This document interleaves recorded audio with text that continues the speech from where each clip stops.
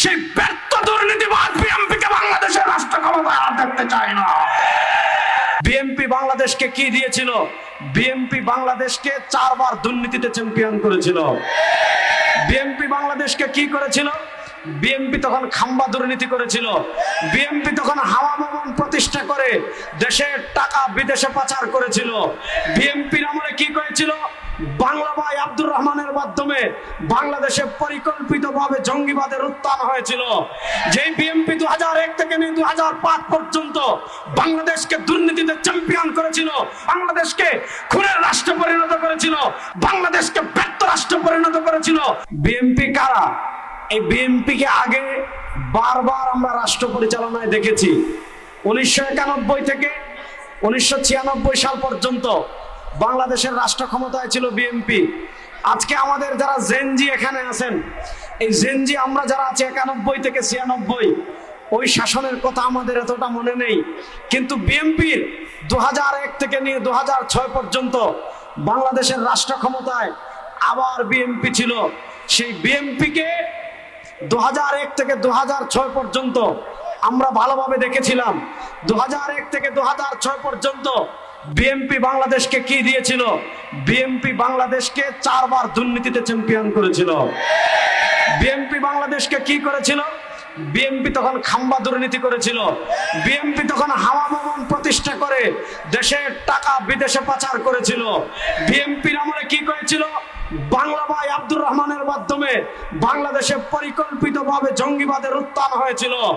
যে বিএনপি 2001 থেকে নিয়ে 2005 পর্যন্ত বাংলাদেশকে দুর্নীতিতে চ্যাম্পিয়ন করেছিল, বাংলাদেশকে খুনের রাষ্ট্র বাংলাদেশকে খুনের রাষ্ট্রে পরিণত করেছিল, বাংলাদেশকে ব্যর্থ রাষ্ট্রে পরিণত করেছিল, বাংলাদেশকে দুর্নীতির রাষ্ট্র বাংলাদেশকে দুর্নীতির রাষ্ট্র পরিচালিত করেছিল। সেই ব্যর্থ দুর্নীতিবাদ বিএনপিকে বাংলাদেশের রাষ্ট্র ক্ষমতায় আর দেখতে চায় না।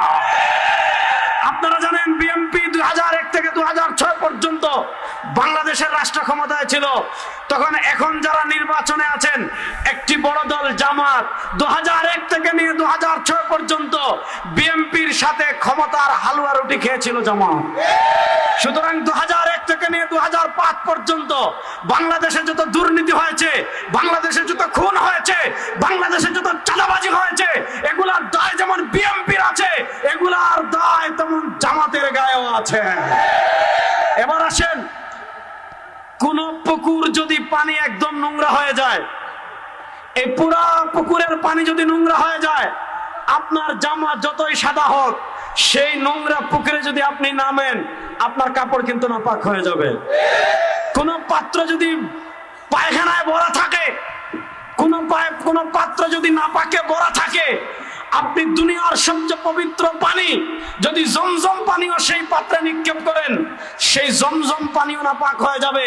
বাংলাদেশে যারা চিহ্নিত দুর্নীতিবাজ, বাংলাদেশে যারা চিহ্নিত চাঁদাবাজ, বাংলাদেশকে যারা বারবার দুর্নীতিতে চ্যাম্পিয়ন করেছে, অতীতে যারা হাওয়া ভবন দিয়ে দুর্নীতি করেছে, অতীতে যারা খাম্বা দুর্নীতি করেছে, তাদের সাথে কোনো ভালো মানুষ মিশেও যদি তাদের পক্ষে নির্বাচন করে, আমরা এটা দৃঢ়ভাবে বলতে চাই, তিনিও দুর্নীতি থেকে বাঁচতে পারবেন না, তিনিও চাঁদাবাজি থেকে বাঁচতে পারবেন না।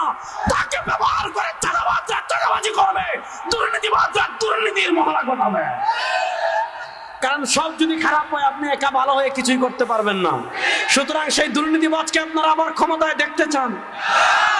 সবাই জুড়ে বলেন, সেই চাঁদাবাজদেরকে কি আপনারা আবার বাংলাদেশের ক্ষমতায় দেখতে চান? আমাদের দেশে একদল আছে,